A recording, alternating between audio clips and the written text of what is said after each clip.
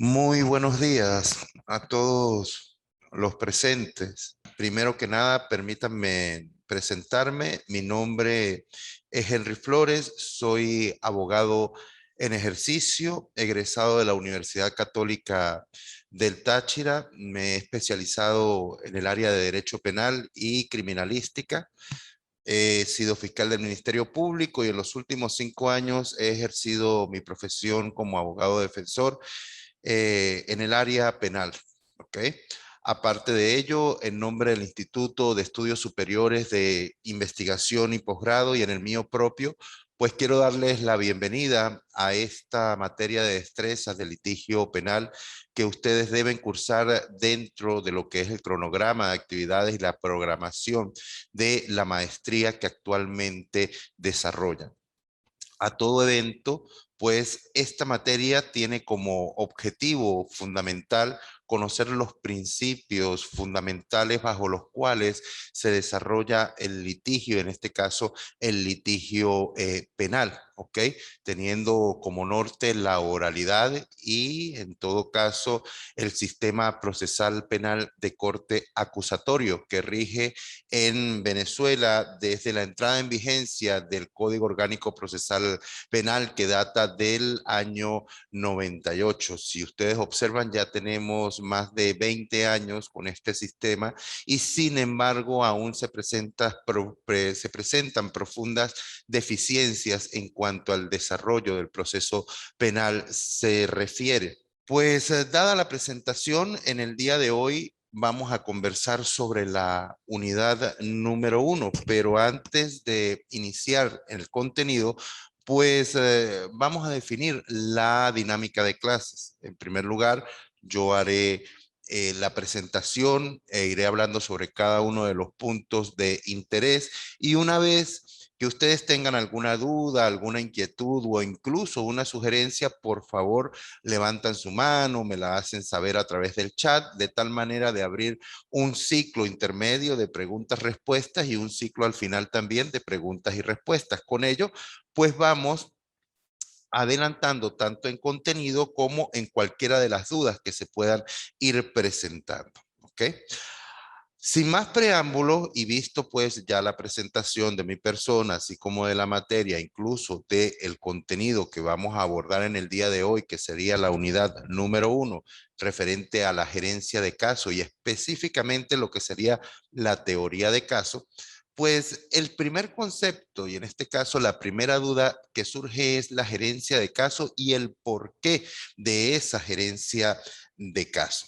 A ver, no es un secreto para, para nadie y en especial para los que estamos en este mundo del derecho y en el ejercicio profesional, indistintamente del área que se ocupe, bien como representante del Estado a través del Ministerio Público, bien como administrador de justicia en el caso del sistema judicial penal, específicamente jueces, secretarios, entre otros, o bien para los defensores públicos y privados, que en no pocas ocasiones las calificaciones jurídicas que se realizan, que se atribuyen al imputado, pues varían y son desproporcionales respecto a los hechos objetos de estudio. Muchas veces me atrevo a pensar que el Ministerio Público pues califica no con base a los hechos jurídicamente relevantes, sino con base a la consecuencia jurídica, pues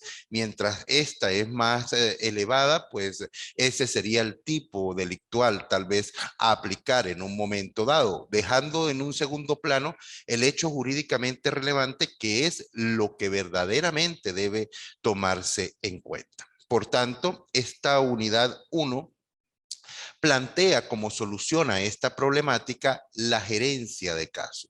¿Y qué sería la gerencia de caso? Esa necesidad de establecer un formato estándar que sirva de bosquejo a las partes involucradas en el proceso penal con la finalidad de identificar de forma unívoca el hecho objeto de estudio, la calificación dada a esos hechos, así como también el elemento material probatorio para cada uno de estos hechos. ¿Qué quiero significar a través de la gerencia de caso? Que no se trata tan solo de procedimientos mecánicos, hacer referencia, por ejemplo, que si una persona ha sido detenida con 20, 50 o 100 kilos de chatarra, eso implica obligatoriamente el tráfico de material estratégico.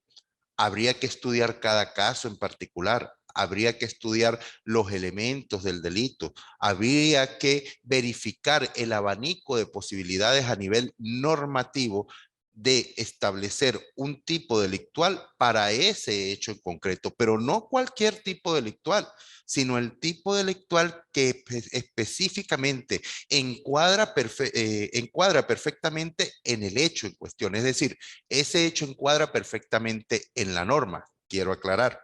Por consiguiente, la gerencia de caso, repito, tiene como objeto, pues, establecer un formato estándar que permita definir los hechos jurídicamente relevantes, la norma aplicar en este caso y los elementos materiales probatorios con los cuales se puedan demostrar cada uno de los hechos. ¿Ok?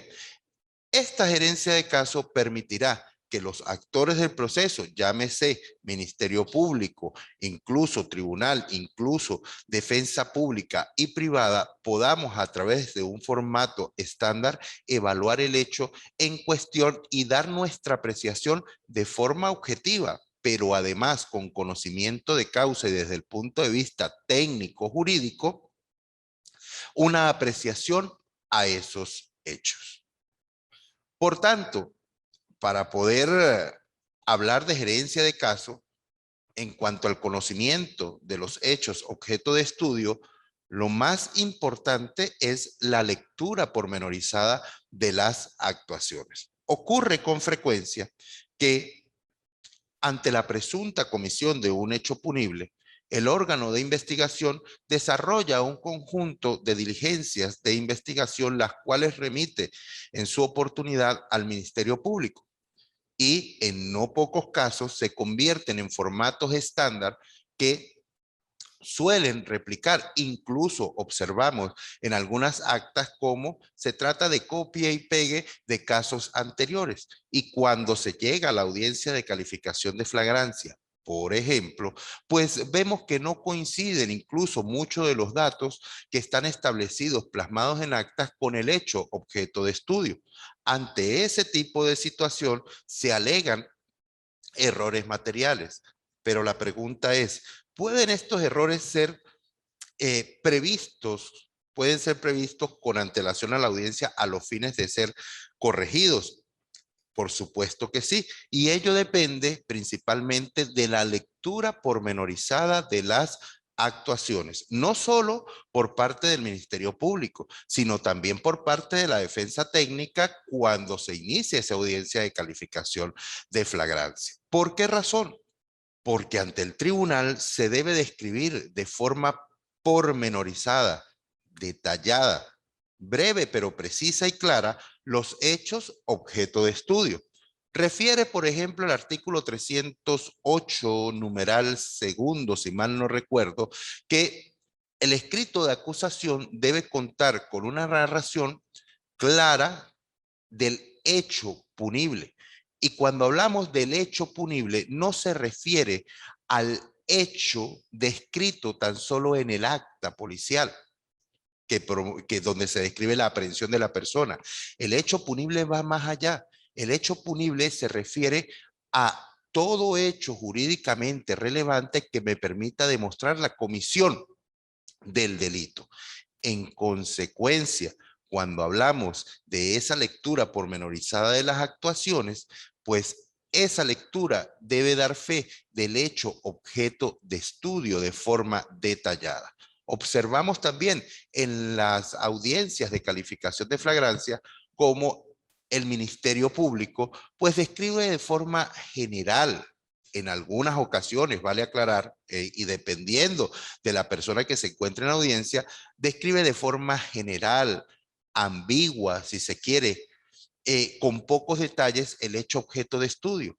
Ante este tipo de situación, la defensa técnica, al momento que se le otorgue el derecho de palabra, con el mayor de los respetos hacia la oficina fiscal, pues debe también hacer mención a los hechos objeto de estudio y aclarar al juez de la causa que los hechos descritos por el Ministerio Público, si bien fueron agarrados de forma general, pues la defensa técnica procederá igualmente a describir de forma pormenorizada los hechos establecidos en las actuaciones. Ello es de suma importancia porque permitirá adecuar los hechos dentro del derecho. Así que la lectura pormenorizada de las actuaciones es un requisito fundamental a los fines de gerenciar el caso en cuestión. Otro de los puntos importantes es la comunicación fluida y constante entre el investigador y el director de la investigación. Claro está que el director de la investigación es el Ministerio Público por mandato constitucional y legal y que los órganos de investigación están llamados pues a practicar todas aquellas diligencias de investigación que les sean ordenadas por el Ministerio Público. Ante la diatriba o ante las diferencias que puedan presentarse entre el órgano de investigación y el Ministerio Público, pues prela, obviamente, la decisión del titular de la acción penal, que sería la oficina fiscal. Pero para que haya un trabajo armónico entre las partes, tanto entre el director del Ministerio Público como los órganos de investigación, debe existir una comunicación fluida entre ambos. Y esta comunicación fluida nace desde el mismo momento en que se presume la comisión de un hecho punible. Recuerden que existen distintas formas de proceder en cuanto al proceso penal. ¿Cómo se inicia la investigación? A través de denuncia, a través de querella, a través de noticia criminis o a través de imputación pública. En cualquiera de estos casos, repito, denuncia, querella, noticia criminis o imputación pública, cualquiera de estos casos, pues va a conllevar que el órgano de investigación dentro de las 12 horas siguientes por mandato legal deba comunicar al Ministerio Público acerca de la presunta comisión de un hecho punible. Y esta comunicación que se entabla entre el órgano de investigación y el Ministerio Público debe ser constante.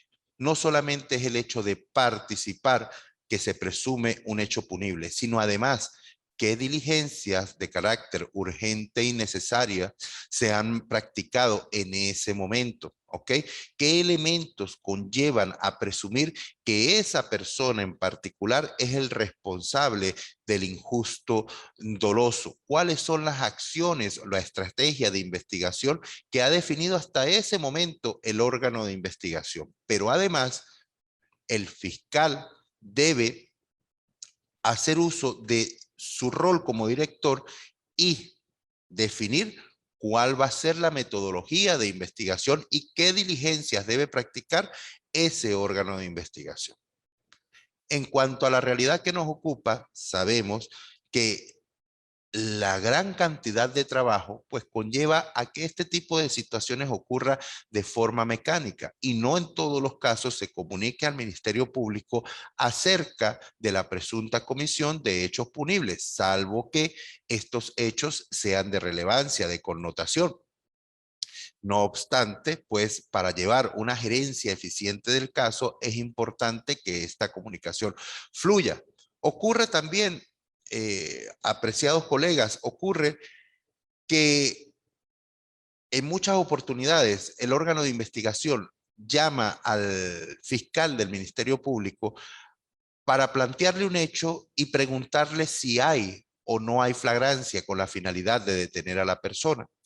Cosa pues que no debe ser porque el funcionario de investigación debe estar preparado para determinar cuándo pudiera encontrarse ante la presunta comisión de un hecho punible. Sin embargo, bajo ese rol de dirección que tiene el Ministerio Público, Pues cuando fui fiscal en su oportunidad, trataba de hacerlo bajo la siguiente modalidad. Una primera llamada donde conversaba con el funcionario y hacíamos referencia a las circunstancias de hecho del caso en cuestión, le hacía referencia a criterio del Ministerio Público, en este caso a criterio del fiscal, si era viable o no la presunta comisión de un hecho punible, y posteriormente le pedía eh, al funcionario que una vez habría definido la aprehensión o no de la persona, por favor que me llamara para que me informara si esa persona estaba o no detenida. ¿Por qué? Claro está, el Ministerio Público no ordena detenciones. ¿Okay? El Ministerio Público puede solicitar una privación de libertad de conformidad con el artículo 236 y siguientes del Código Orgánico Procesal Penal, pero el Ministerio Público no ordena la privación de la libertad.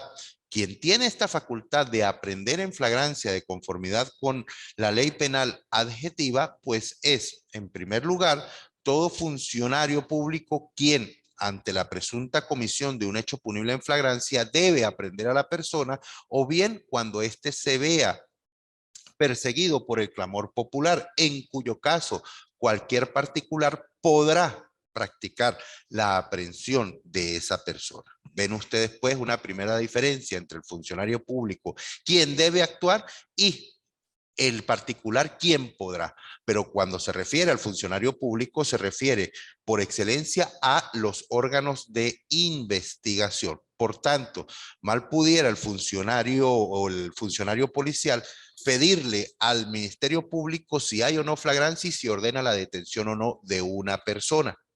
Además de ello, para una gerencia eficiente del caso, con base al conocimiento de los hechos, se debe identificar las circunstancias de tiempo, lugar y modo de ese hecho. Es importante aclarar que todos estos elementos deben ser identificados de forma unívoca e inequívoca. ¿Por qué? Porque ello va a permitir establecer en tiempo y espacio el hecho objeto de estudio. No podemos dejar a la generalidad, a la interpretación, el hecho en cuestión. El hecho debe ser lo más claro posible a los fines de poder circunscribir el hecho con el derecho y los elementos materiales probatorios que podamos utilizar en un momento dado. ¿Ok? Así pues, para ejemplificar esta situación, pudiéramos decir lo siguiente, que en fecha 25 de agosto del año 2018, siendo aproximadamente las 5 horas de la tarde, a la altura del Estadio Polideportivo de Nuevo Pueblo Nuevo, a nivel de la calzada, fue hallado el cadáver de una persona del sexo masculino en determinadas circunstancias. Observan ustedes, pues, cómo hemos definido fecha, hora, lugar y circunstancias del hecho en cuestión. Es importantísimo narrar los hechos de forma coherente, de forma cronológica, en tercera persona a nivel de las actas. Respecto a la adecuación de los hechos dentro del derecho, una vez referido el hecho de forma clara, precisa, sin ningún tipo de duda, debemos encuadrar esos hechos dentro del derecho. Y para ello hacemos un recorrido normativo que incluya los aspectos relevantes, tanto las agravantes como las atenuantes, causales de justificación, elementos positivos y negativos del tipo penal. Así pues, como refería al principio, ocurre de forma reiterada que ante la presencia de determinado tipo de material como chatarra o este tipo de material ferroso, se califique lo que sería el tráfico ilícito de material estratégico. Pero más allá de ello, si existen 2 o 3 personas, inmediatamente también se imputa el delito de asociación para delinquir. ¿Qué pasa? La ley orgánica contra la delincuencia organizada y financiamiento al terrorismo es una ley, aunque orgánica, trata una materia especial. Y en esta especialidad, claro está, se trata de atacar la estructura criminal de carácter nacional e internacional. Hacer referencia tan solo a un parámetro objetivo como la existencia de 3 personas para que se configure el delito de asociación para delinquir es desproporcional respecto al hecho objeto de estudio. ¿Por qué razón? Porque la delincuencia organizada, tal cual como lo refiere la norma en comento, va mucho más allá. No solamente se trata de un parámetro objetivo de 3 personas, sino además de ello, que estas 3 personas quede demostrado pertenecen a una estructura delincuencial, ¿ok? Y que esa estructura ha permanecido a lo largo del tiempo cometiendo no solamente el hecho objeto de estudio, que se presume delictivo, sino además que hayan cometido otros hechos punitivos anteriores. Más aún, definir la función de cada una de estas personas dentro de la estructura criminal. ¿Quién hizo qué? ¿Qué función cumple? ¿Quién financia la acción? ¿Quién se encarga de estructurarla? Y así sucesivamente. Por lo tanto, sería desproporcional que si encontramos a 3 personas o 2 o 3 personas dentro de un vehículo viejo llevando 40 kilogramos de chatarra, se haga referencia a este tipo delictual. Claro está, es mi opinión. ¿Okay? Y pueden existir opiniones encontradas, podemos crear una pugna de argumentos al respecto. Sin embargo, repito, el recorrido normativo que incluya aspectos relevantes debe versar en dar a los hechos el tipo penal adecuado, el tipo penal acertado y no cualquier tipo penal. ¿Ok?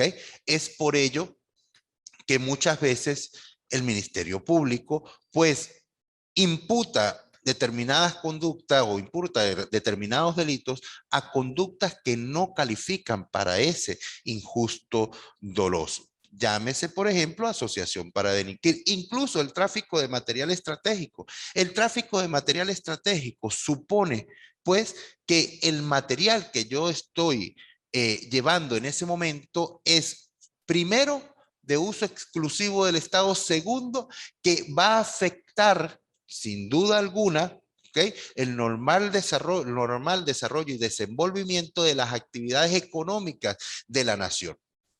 Y sabemos, es un hecho público y notorio, que la persona que pudiera estar llevando 30, 40 kilos de este tipo de material, lo está haciendo para comer.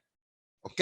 Ojo, no justifica ello la conducta, por supuesto que no. Yo no estoy diciendo que esto deba ser permitido en lo absoluto. Lo que sí estoy diciendo es que a ese tipo de hecho debe dársele el tipo delictual debido. Entonces, si tenemos un abanico de posibilidades como la ley sobre el delito de contrabando, si mal no recuerdo, versa del año 2010, la última de las reformas, pues eso, sin lugar a dudas, pudiera configurar un contrabando de extracción, ¿sí? Y la pena, aunque menor, no deja de ser delito. Y aparte de ello, es realmente el tipo delictual a aplicar a esa conducta en particular. Esa adecuación de los hechos dentro del derecho debe tomar en cuenta tanto los hechos como la consecuencia, disculpe, tanto los hechos, pero no la consecuencia jurídica. Era lo que hacíamos referencia al principio. Al momento de calificar, no nos debemos guiar por la consecuencia jurídica, por la pena a llegar a imponer, sino por los hechos objeto de estudio. Otro ejemplo de ello, Otro ejemplo de ello sería el homicidio. Normalmente para el Ministerio Público ya el homicidio intencional simple no existiría. Existe el homicidio calificado establecido en el artículo 406 en cada uno de sus numerales y normalmente, bueno, por alevosía, por motivo fútil e innoble, entre otros. ¿Ok? pero siempre se busca es agravar la pena, agravar la consecuencia jurídica. Identificar la norma en la que encuadre perfectamente el hecho, ya lo hemos conversado. Un ejemplo, el manejo indebido de sustancia peligrosa versus el contrabando de combustible.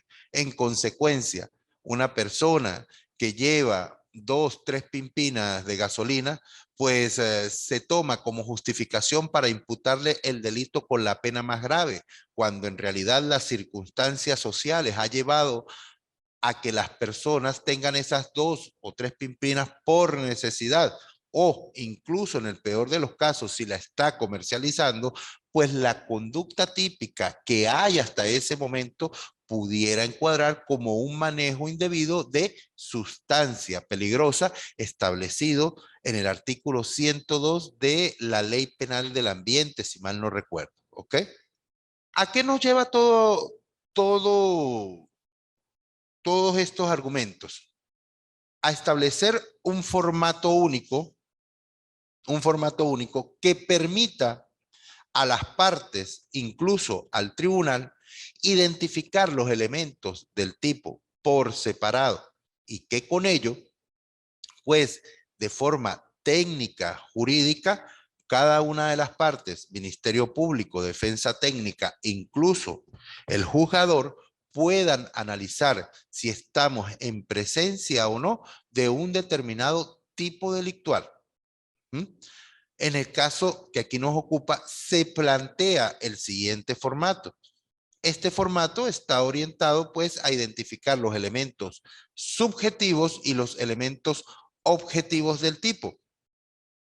Así pues, tenemos como elementos tales como la territorialidad, la temporalidad, el sujeto activo, los grados de participación de los sujetos activos, el sujeto pasivo, la tipicidad como elemento del tipo, llámese en esta pues tipicidad objetiva, la tipicidad subjetiva, que se refiere a la culpabilidad, la conducta o la acción objeto de estudio, la antijuricidad, en fin. Recuerden ustedes, y aquí tenemos que hacer mención a la teoría general de delito.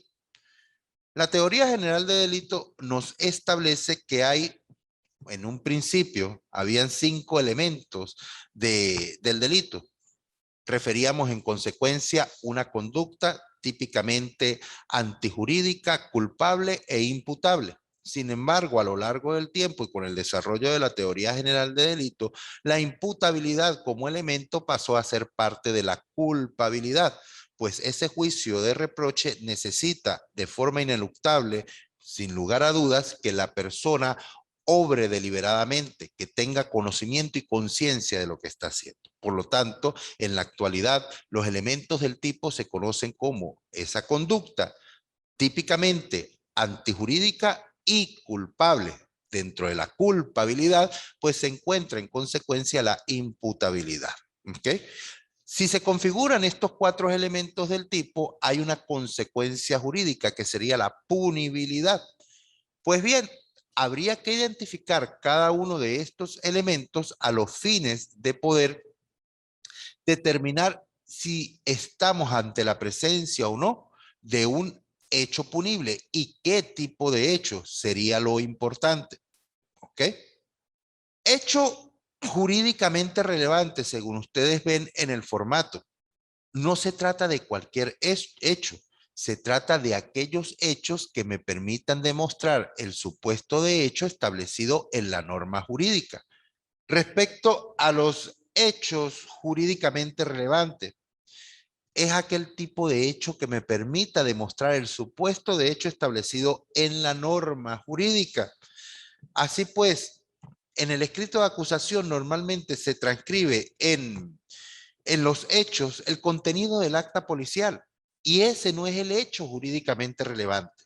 En un homicidio, por ejemplo, el hecho jurídicamente relevante sería determinar que A dio muerte a B haciendo uso para ello de un arma de fuego, la cual accionó en reiteradas oportunidades en contra de la humanidad de B, causando sendas lesiones mortales que por supuesto conllevaron al deceso, a la muerte de este último. Ese sería el hecho jurídico relevante, no una transcripción del acta policial donde se deja constancia cuántos funcionarios fueron al lugar, qué fue lo que hallaron, qué fue lo que encontraron. No, el hecho jurídicamente relevante debe circunscribirse a la norma jurídica, al supuesto de hecho establecido en la norma. Y para ello, el fiscal del Ministerio Público debe hacer un análisis pormenorizado del contenido de las actuaciones. Así bien, ustedes pueden observar, pues, que tendríamos los elementos del tipo, los hechos jurídicamente relevantes y el elemento material probatorio. Ante la existencia de un hecho jurídicamente relevante, sin duda alguna, debe existir elemento material probatorio que lo acredite. Y así sucesivamente para cada uno de los elementos del tipo. ¿Por qué es importante, en consecuencia, este formato que se plantea en esta clase y que se ha planteado en clases anteriores? Porque va a permitir establecer un estándar de las circunstancias de hecho y de derecho, así como el material probatorio que puede alegarse a lo largo del proceso penal, tanto para el Ministerio Público como para la defensa técnica y por supuesto también está para el juzgador. De hacer esto en la práctica, vamos a dejar de divagar, vamos a dejar sencillamente de actuar de forma mecánica, vamos a dejar de ser parte de tendencias orientadas a dar a los hechos un determinado tipo de calificación porque así es y punto. Recuerden ustedes, hoy en día hay tres tipos, a mi juicio, claro está, tres tipos de verdades. En la universidad y a lo largo de nuestro estudio nos han enseñado que hay una gran diferencia entre la verdad procesal y la verdad verdadera. La verdad verdadera es el hecho en sí mismo, el que ocurre a todas luces. La verdad procesal es aquello que logramos demostrar en un proceso penal y específicamente en última instancia en juicio oral y público. Y existe, a mi juicio, hoy en día una tercera verdad, que sería una verdad mediática. Y esa verdad mediática es la que una determinada persona emite a través de los medios de comunicación y se convierte en verdad irrefutable. Cuando una alta persona, un alto funcionario emite su opinión acerca de un hecho en particular y señala, por ejemplo, a X como autor de un hecho punible y que debe merecer la mayor de las penas, no hay verdad procesal o verdad verdadera que se oponga a ello. Y no es porque se hayan estudiado los elementos del tipo, no es porque se haya estudiado el elemento material probatorio, no es porque se haya estudiado la conexión entre los elementos fácticos, entre los elementos probatorios o entre los elementos normativos, no, sino porque sencillamente esta verdad mediática cercena las dos anteriores. ¿Ok? Para acabar con este tipo de tendencias, lo importante es establecer un formato como este que permita a las partes poder guiarse desde el punto de vista técnico jurídico e identificar cada uno de los elementos del presunto hecho punible. ¿Ok? Continúo al respecto. Hemos hablado también de la teoría de caso. Respecto a la teoría de caso, ya conversamos sobre la gerencia del caso. Ahora conversemos sobre lo que sería la teoría de caso. La teoría de caso es una metodología de trabajo. Una metodología de trabajo por el cual las partes van a definir los hechos jurídicamente relevantes que pretenden demostrar a lo largo del proceso y en este caso a lo largo del juicio oral y público. La teoría de caso por supuesto, sería distinta o diametralmente opuesta entre Ministerio Público y defensa técnica, pues lo que significa la tesis del Ministerio Público sería en consecuencia la antítesis para la defensa técnica. La teoría de caso conlleva al análisis, como hemos hablado en la gerencia de caso, al análisis de tres elementos fundamentales, ¿sí? El elemento de hecho, el elemento normativo y el elemento, en este caso, probatorio. Debe existir una coherencia perfecta entre estos tres elementos, fáctico, normativo y probatorio, para que pueda plantearse una teoría de caso y así poder demostrarla en juicio oral y público. Imaginemos que estamos hablando de un homicidio. Imaginemos que se hace referencia al artículo 405 del Código Penal venezolano vigente.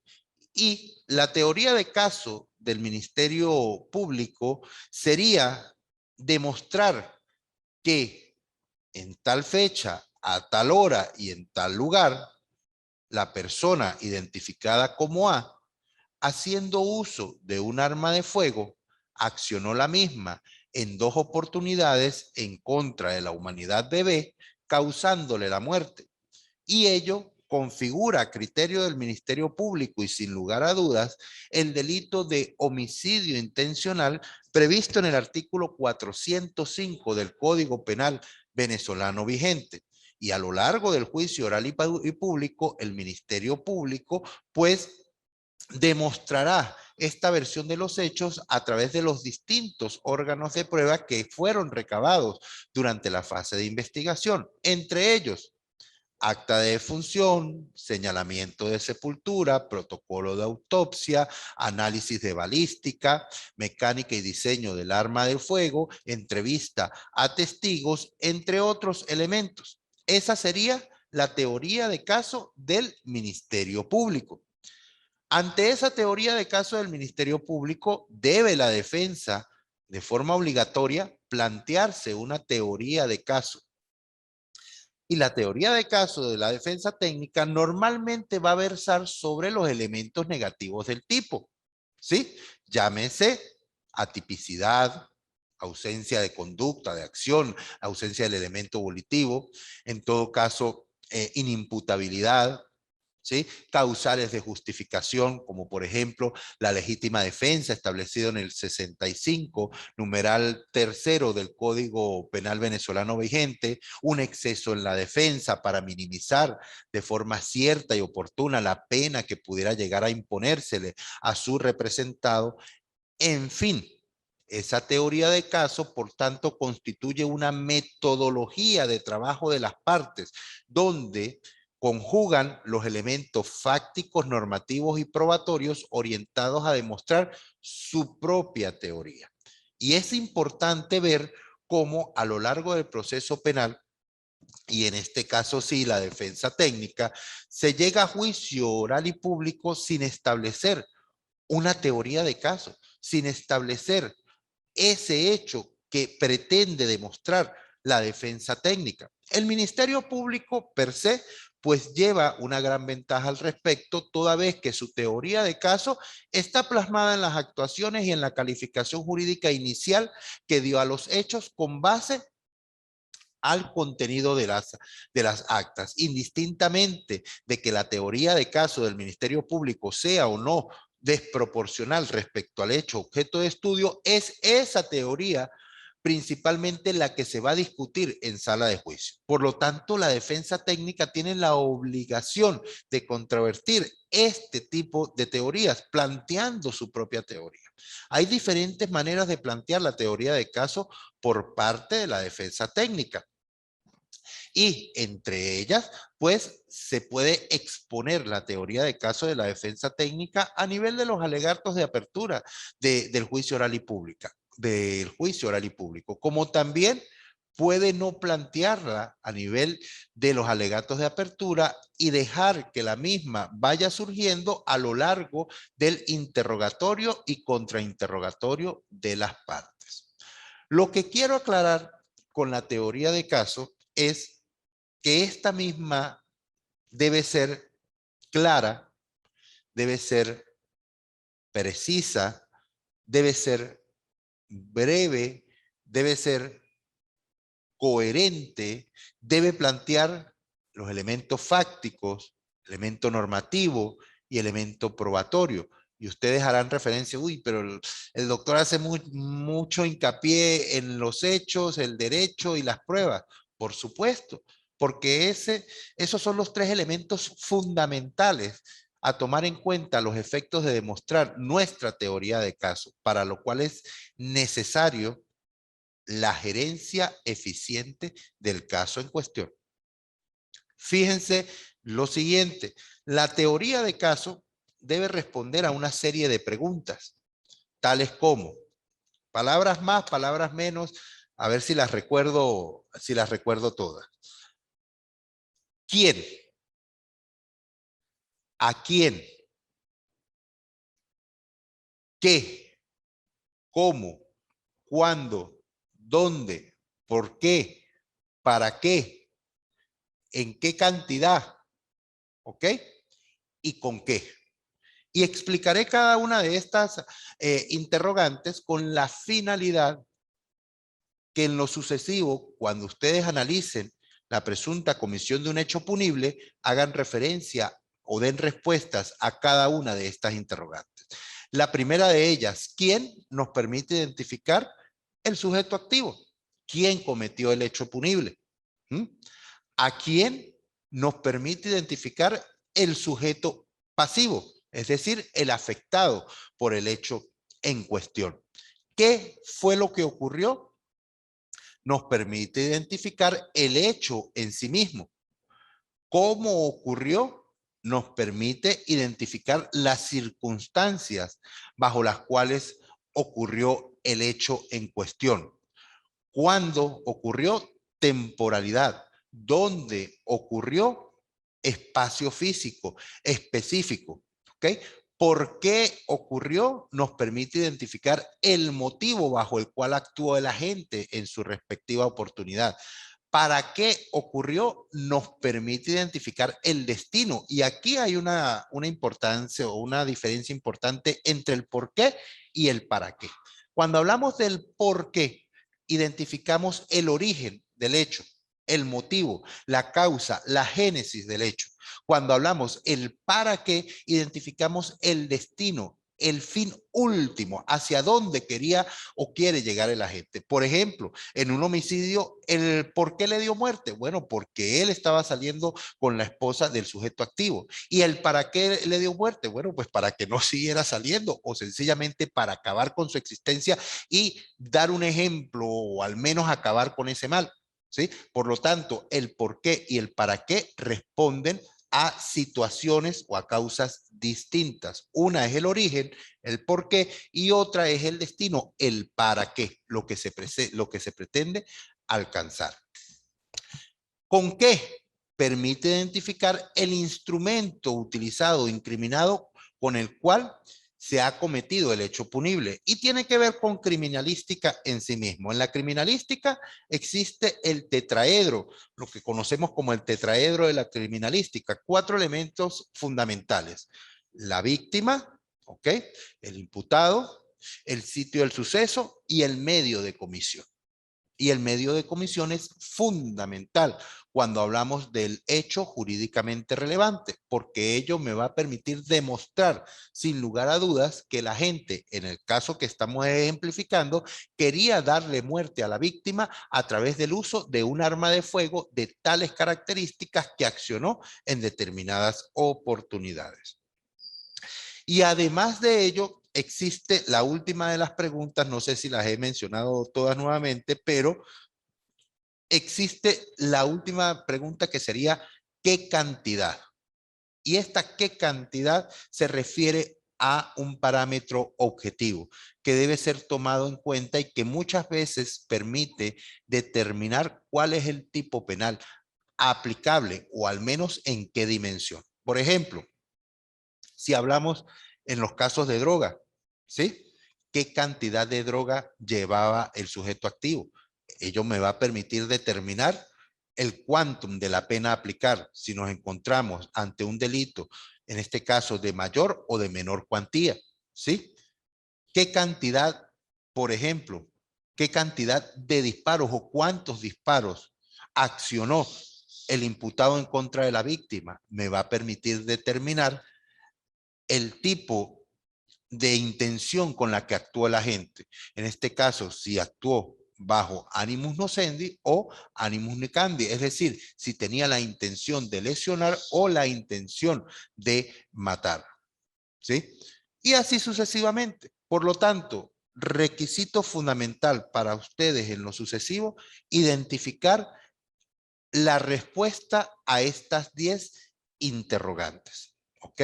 Si ustedes identifican las respuestas a a estas 10 interrogantes, están siendo cónsonos con la gerencia del caso, que me va a llevar a la teoría del caso y que me va a permitir, sin duda alguna, comprender de forma clara, precisa e inteligible los hechos objetos de estudio. ¿Ok? Ahora bien, esta primera unidad hace referencia a la gerencia de caso, a la teoría de caso, a las características de la teoría de caso, ¿ok? Cómo plantearnos la teoría de caso en cuestión, y estamos obligados a evaluar esta unidad. Por lo tanto, he desarrollado un hecho concreto que ustedes estudiarán en su respectiva oportunidad, ¿sí? Les voy a dejar este caso en la plataforma. Ahorita mismo procedo a montar la unidad 1 para que ustedes tengan acceso. Y en el caso en cuestión, ustedes van a leer el supuesto de hecho y van a identificar con base a ese supuesto de hecho el formato único de análisis de caso que hemos planteado. Para ello, identificarán los hechos jurídicamente relevantes, así como el elemento material probatorio o elementos materiales probatorios para demostrar cada hecho jurídicamente relevante. Al final de este cuadro, ustedes también desarrollarán lo que sería el inicio de investigación. ¿Ok? La orden de inicio de investigación, donde solicitarán las diligencias a ser practicadas por el órgano de investigación. Recuerden que para que se inicie una investigación, el Ministerio Público debe ordenar al órgano de investigación la práctica de determinadas diligencias y con ello poder justificar la línea de investigación o la metodología de investigación que será usada a lo largo del proceso penal. ¿Sí? Les repito, esta información ustedes la van a conseguir en la plataforma, yo se las haré llegar. Y a los efectos de respaldar jurisprudencialmente los hechos de los cuales hemos hablado, me permito igualmente hacer referencia a una serie de jurisprudencias que también se las dejaré en, en, la, en la plataforma. La primera de estas jurisprudencias hace mención al tipo de sistema criminal actual que existe en el proceso penal venezolano vigente. Se ha dicho desde el año 98 que pasamos de un sistema inquisitivo a un sistema acusatorio.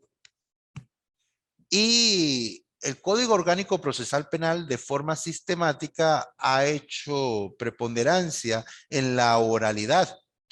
Y con base a esa oralidad ha definido las facultades de cada uno de los organismos, en este caso al Ministerio Público como titular de la acción penal y al tribunal como árbitro del proceso penal. Así pues, se crearon diferentes estamentos dentro del proceso penal o diferentes partícipes, en este caso el Tribunal de Control, el Tribunal de Juicio y el Tribunal de Ejecución, cada uno con funciones bien definidas. Sin embargo, una sentencia novísima de la Sala Constitucional, número de sentencia 339 del 22 de julio de 2001, les repito, les haré llegar esta información también, no tienen necesidad de copiarla. Sala Constitucional, sentencia 339 del 22 de julio de 2021, hace referencia al sistema criminal actual. Y en todo caso, concluye esta sentencia que el sistema criminal actual que rige en Venezuela no es exclusivamente acusatorio, sino que se trata de un sistema mixto, donde hay elementos del sistema inquisitivo y del sistema acusatorio. Y es importante aclarar este punto porque a lo largo del tiempo nos han hecho creer que lo que rige en Venezuela es el sistema penal acusatorio. Sin embargo, si analizamos las características del inquisitivo respecto al acusatorio, vamos a conseguir determinadas diferencias. Por ejemplo, en el inquisitivo, quien investiga, quien acusa y quien decide es una misma persona. En el acusatorio, quien investiga y acusa es el Ministerio Público y quien decide o condena, si condena o absuelve es el tribunal de la causa. En el inquisitivo, es preponderante la escritura. En el acusatorio es preponderante la oralidad. En el inquisitivo, el juez se basa en el análisis única y exclusivamente de las actas sin someter al contradictorio ningún órgano de prueba. En el acusatorio se somete al contradictorio, al interrogatorio, al contrainterrogatorio, a las partes con la finalidad de llegar a conocer la verdad de los hechos, pues este es el objeto o fin último del proceso penal. Sorprende entonces cómo la Sala Constitucional hace referencia a nuestro actual sistema criminal como un sistema mixto y refiere pues que no solamente es acusatorio, sino que además existen ciertas circunstancias del sistema inquisitivo. ¿Y a cuáles circunstancias hace referencia? Pues bien, al uso de actuaciones, al uso de escritos a lo largo del proceso, bajo los cuales no pocas ocasiones se toman decisiones. Por lo tanto, esta es una sentencia que ustedes deben tomar en cuenta en el día de mañana. Respecto a otra sentencia de sumo interés de la Sala de Casación Penal, sentencia 948 del año 2000. La obligación de la carga de la prueba. En el proceso penal, aunque lo sabemos, ¿okay? Pero un criterio jurisprudencial que respalda esta situación es que la carga de la prueba descansa sobre el Ministerio Público, quien debe demostrar que la persona es culpable y no al imputado demostrar que la persona es inocente. Y es importante esta sentencia, sobre todo en materia de drogas, porque se hace referencia en no pocas ocasiones a la responsabilidad objetiva. ¿Y qué sería esa responsabilidad objetiva? Que ante la existencia del objeto material de delito y la presencia de la persona o la relación de esa persona con el objeto, se presume y además se determina que es culpable. Ejemplo de ello, personas que van en un transporte público subiendo de San Antonio a San Cristóbal, va un paquete determinado debajo de uno de los asientos. En ese asiento, vale aclarar, no va persona alguna, y al momento de hallar el paquete, entonces ubican a la persona que estaba más cerca del paquete. Y esa persona que estaba sentada más cerca del paquete, en consecuencia es la responsable del mismo, se le aprende y aparte de ello se le puede incluso llegar a condenar por ese tipo de hechos, llegando así a la pena del banquillo. Es decir, soy responsable desde el mismo momento que me aprenden, pues me toca a mí demostrar que soy inocente y no al Ministerio Público que yo soy culpable. Se invierte en consecuencia la carga de la prueba, lo cual, según esta sentencia, corresponde exclusivamente al Ministerio Público. Otra de las sentencias de interés, el fundamento de una orden de aprehensión con evidencias obtenidas y no por obtener. Sala de Casación Penal, sentencia 58 del 19 de julio de 2021. Cuando vamos a una audiencia de calificación de flagrancia, es común que el Ministerio Público alegue determinadas diligencias de investigaciones de las cuales no tiene resultado y sin embargo, conforme a ello, solicita la privación de libertad de nuestro representado. Peor aún es que el órgano jurisdiccional acuerda la privación de libertad con base a esos elementos de convicción que aún no existen. Por tanto, esto es una sentencia de sumo interés a los efectos de alegar que la solicitud de privación de libertad o cualquier orden de captura debe fundamentarse sobre elementos de convicción obtenidos y no por obtener. Sucede incluso que se llega al escrito acusatorio y el Ministerio Público hace mención a resultados de diligencias de investigación que no tiene incluso para el momento y sin embargo las promueve y el órgano jurisdiccional a todas luces admite este tipo de situaciones cuyo resultado no está. Otro de los elementos de interés, otra sentencia, Sala Constitucional, sentencia 370 del 5 de agosto de 2021 sobre el control material de la acusación. Se nos ha enseñado que la audiencia preliminar tiene como norte discutir sobre la forma. La pregunta es, ¿podemos discutir sobre el fondo del asunto? ¿Okay? Se ha tenido el criterio que no se discute sobre el fondo del asunto porque el fondo del asunto debe ser discutido en juicio oral y público. Pero es importante aclarar que a nivel de la audiencia preliminar se pueden establecer o interponer excepciones. La excepción establecida en el artículo 28, numeral cuarto, literal I, hace referencia a los requisitos de procedibilidad. Repito, artículo 28, numeral cuarto, literal I, requisitos de procedibilidad. Y en este caso en particular, cuando se refiere a los requisitos de procedibilidad, hace referencia a los establecidos en el artículo 308 del Código Orgánico Procesal Penal, es decir, los requisitos con los que debe cumplir el escrito de acusación. Si de la descripción de los hechos, por ejemplo, del escrito de acusación y de los fundamentos, así como de los medios de pruebas promovidos, no se vislumbra, no se observa un pronóstico de condena, pues lo lógico, en todo caso, para el Tribunal de Control sería proceder a decretar el sobreseimiento de la causa por cuanto los hechos objetos de estudio no revisten, por ejemplo, un carácter penal. ¿Ok? Esto sucede en muy pocas ocasiones. Yo pienso que incluso se pueden contar con los dedos de la mano, pero la pregunta es, ¿puede el Tribunal de Control ejercer un control más allá de lo formal, ejercer un control material del escrito de acusación? Por supuesto que lo puede hacer y ello está establecido en criterio jurisprudencial, Sala Constitucional, sentencia 370 del 5 de agosto del año 2021.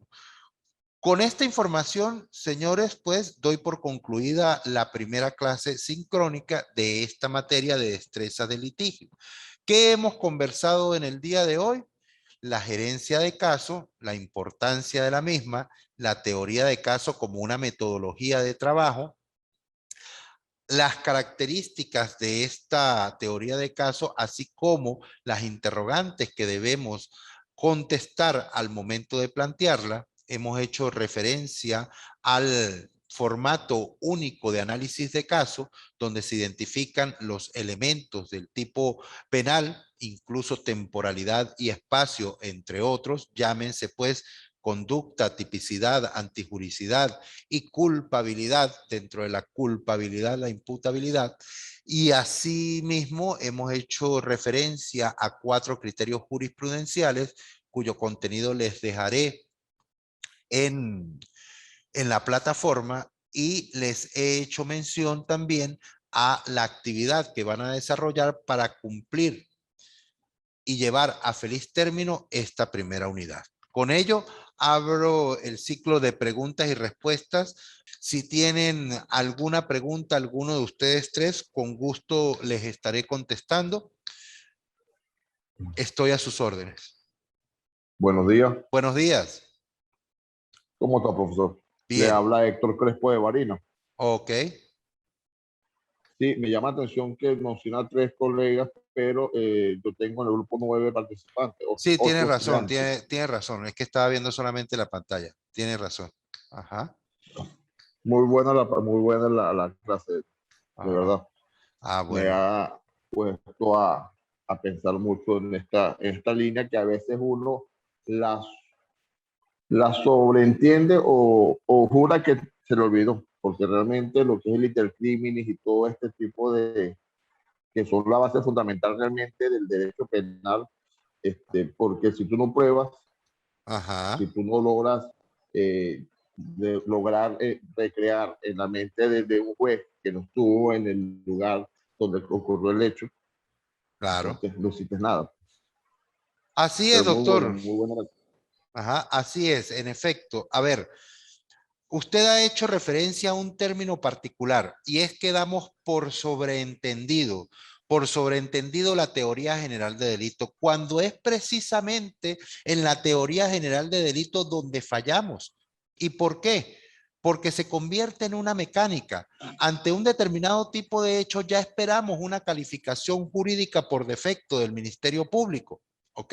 No debe ser así. Debemos analizar cada uno de los elementos del tipo, debemos analizar la conducta, debemos analizar la tipicidad, la antijuricidad, la culpabilidad como ese juicio de reproche, la imputabilidad como ese proceso de deliberación, de conciencia, de tener conocimiento de lo que estoy realizando. Y si todos esos elementos se conjugan, pues muy probablemente estamos ante la presencia de un injusto doloso. La pregunta es, cuál injusto doloso aplicar, en cuyo caso debemos evaluar el abanico de posibilidades que presenta el sistema penal venezolano vigente, ante el cual existe hoy en día N cantidad de leyes especiales y que debemos analizar cada una de ellas para encontrar diferencias entre, por ejemplo, contrabando simple, de contrabando de combustible y manejo ilícito de sustancias peligrosas, para encontrar diferencias entre el agavillamiento, por ejemplo, y la asociación para delinquir,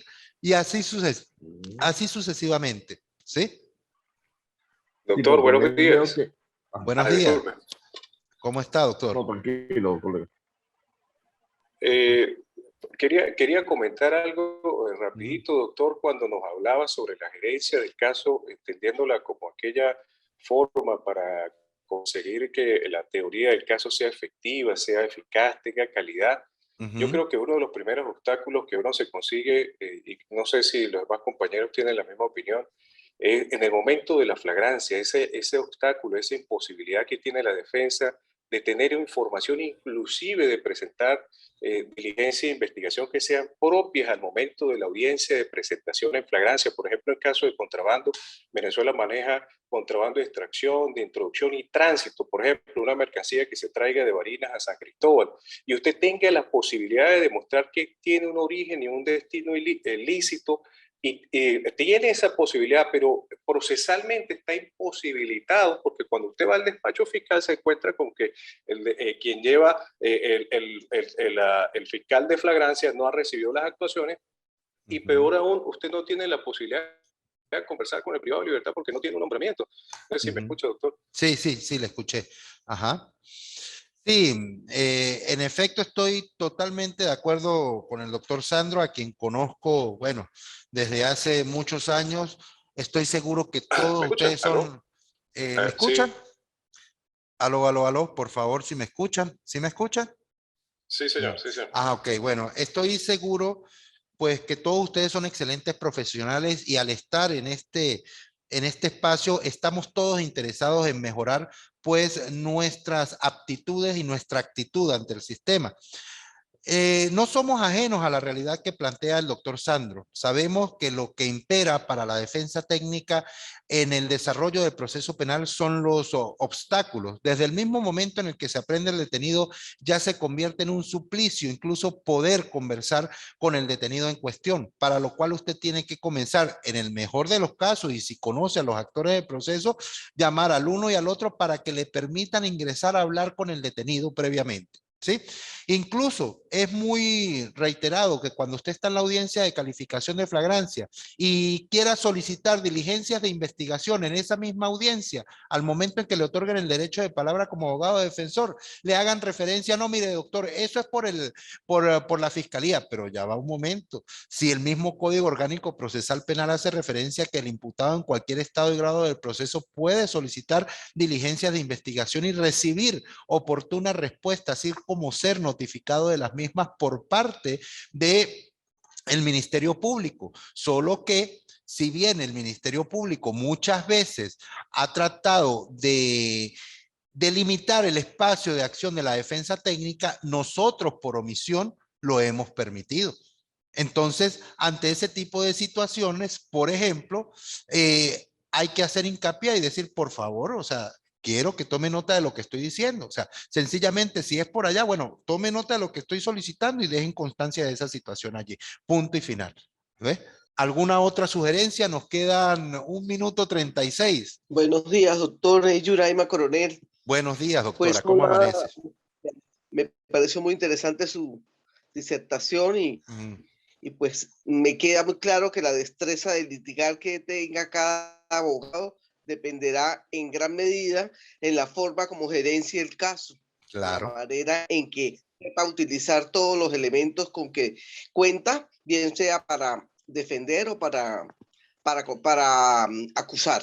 Muy interesante. Felicitaciones, doctor. Muchas gracias a todos. Buenos días, buenos días. Ajá. María Urbina, estoy acá con el doctor Jorge Barbosa, porque en este momento no tengo teléfono, pero está muy clara y precisa la clase, profe. Muchas gracias. Gracias por la deferencia, gracias por la atención de todos los presentes. Estoy a su orden, les repito, en la plataforma les haré saber la información.